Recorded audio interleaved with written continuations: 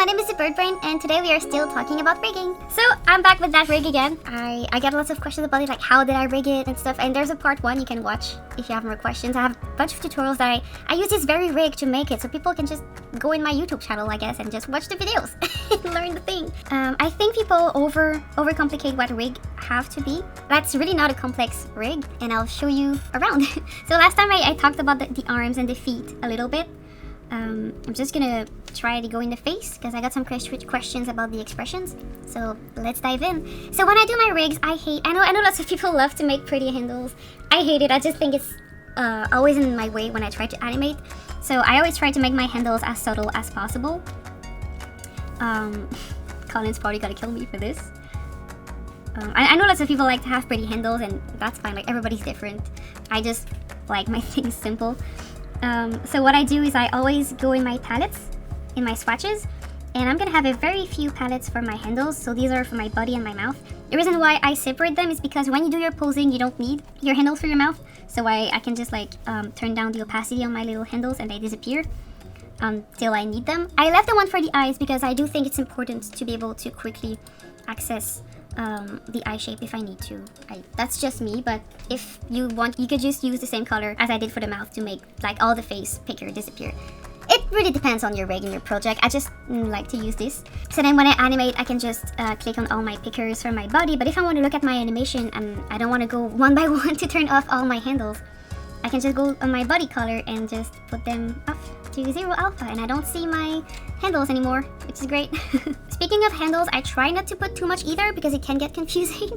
Normally I would put some for the ears because ears are always hard to grab with hair and stuff, but you know, his ears are so big, so like I never have any troubles selecting them, so I didn't bother. I might put one just for them being like everything else.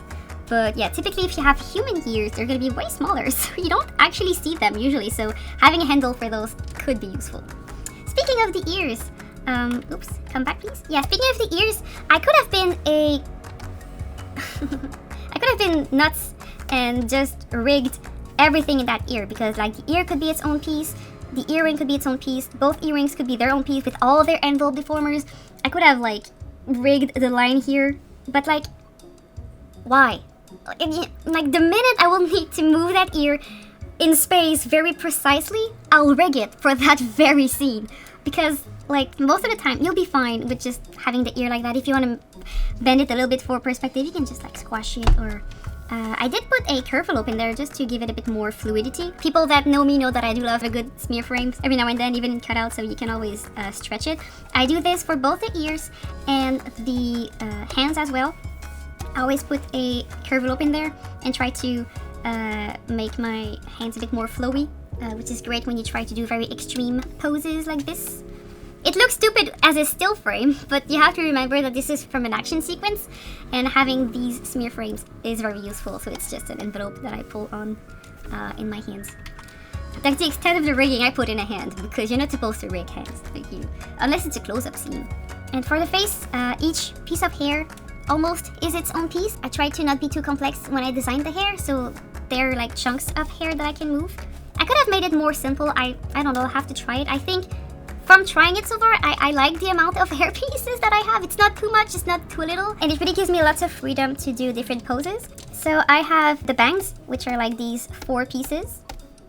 The little detail here is integrated in the hairpiece. Some people might want to separate them, which is smart. I just wanted to have something that is quicker to animate, and I don't mind them being together. I think it's okay for my style. It's not true for everything, so you might need to separate them, which is why you have to try to limit their numbers. Like, don't put too much detail into the hair. It's just that if I remove it, it really looked too bland. Like, it was weird.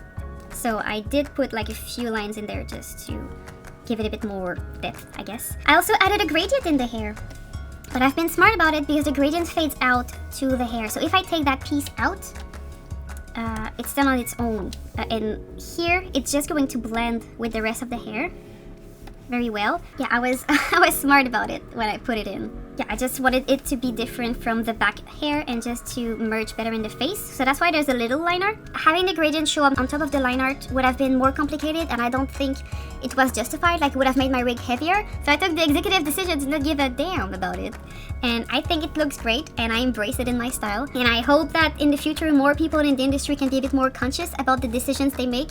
Because if my director would have been like, no, I really want the gradients to go over the line, even knowing that it's gonna be hours more in rigging and animation, like, sometimes I'm like, people need to choose their battle, right? And this is a battle that I didn't want to fight, so I didn't fight it. I just embraced the line here. And this is because gradients work different in color fills than they do in line art, but I'm gonna cover that in another tutorials in the future. And I think that it makes it pop up a little bit, and I like it. So when I try to get perspective in my head, like if I want to get my character looking down, then it makes it easier to do it because I regrouped my hair by like front and back. So I have my front hair here that I can just pull down if I need to. Then I can get this that I can also pull down. I also have a head cutter here that allows me to cut my head, because if I remove the bangs here, I have just a head shape, and I can just use this head cutter to cut my head if I need to. So yeah, I could just use my head cutter and like just hide my head here, and then take the back of the hair and bring this up so that it looks like it's looking down. When you rig hair, for the sake of your animators, please always try to layer them with what is in the front of the face, what is behind the head, because then it really helps us for perspective works. Because typically when you go down, when you put your head down, your bangs are gonna go down and the back of your head is gonna go up. Like, that's Cutout Animator 101. But aside from that, I left all my hair individual. Like these two together, I cannot select them with a parent peg. I used to in the past, but it just got too complicated because I would counter animate all the time. Like, I would sometimes forget to take both of them together to move them, so I don't like it. I'd rather just shift select both and just move them. That's what I prefer. So yeah, other than that, most of the hair pieces are individual. And the reason why I have so many hair pieces is because it's a rotating rig. So I use these to create the other views, like the profile and the quarter front and stuff. And you know, they're great to move for some wins. Most of them have curvelope, so I didn't put envelope on them because it's way too complicated to animate.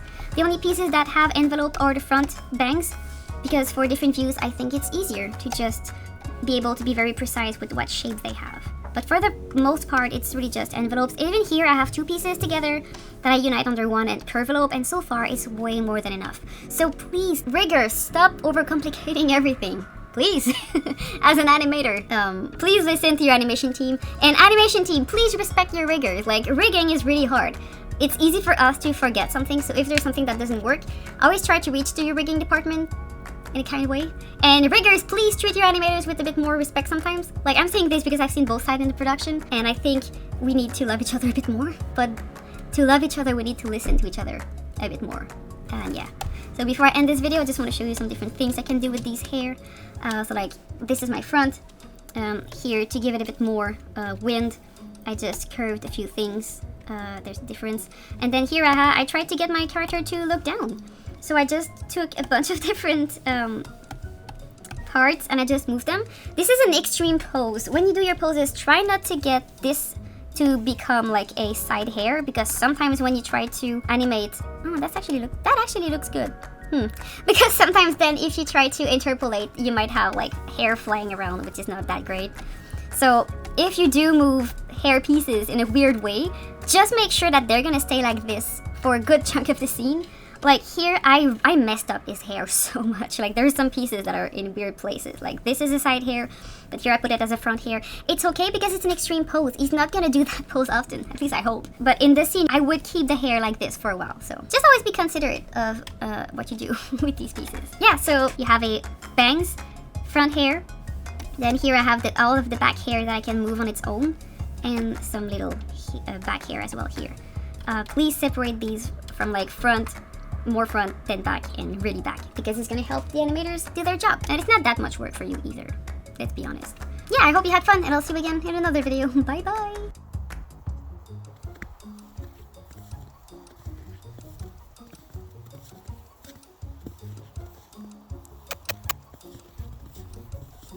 Moshi!